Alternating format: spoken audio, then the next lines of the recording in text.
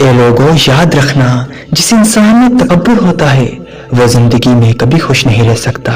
بہتر ہے کہ اپنے آپ کو حقیر سمجھیں اور لوگوں کے ساتھ محبت سے پیش آئیں، امن سے پیش آئیں، تاکہ اللہ آپ سے راضی ہو سکے۔ یاد رکھنا، جو اللہ کی مخلوق سے محبت کرتا ہے تو اللہ بھی اس انسان سے محبت کرتا ہے۔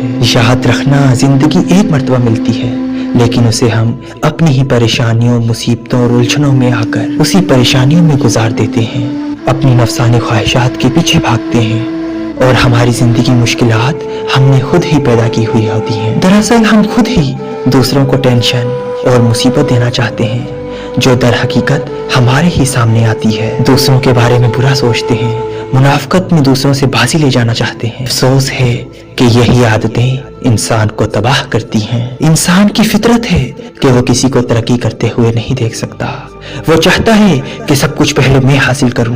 یاد رہے کہ جو انسان زندگی میں شارٹ کٹ کی تلاش میں رہتا ہے وہ ہمیشہ رسوا ہوتا ہے، اور جو انسان اپنے مقصد کو پانے کے لیے جدوجہد کرتا ہے اور سیدھی راہ سے گزرتا ہے تو وہ اپنے مقصد کو بھی پاتا ہے، اور تمام دنیا والے اس پہ فخر کرتے ہیں۔ اے لوگوں، یاد رکھنا، اگر تم کسی انسان کے ساتھ دھوکا کرو گے تو اس کے دھوکے کا بدلہ تمہیں اس دنیا میں ہی ملے گا۔ اگر کسی کے ساتھ برائی کرو گے تو اس کی برائی اسی دنیا میں ہی پاؤ گے۔ اگر کسی کو تکلیف دو گے تو اس کا بدلہ بھی اس دنیا میں ہی پاؤ گے۔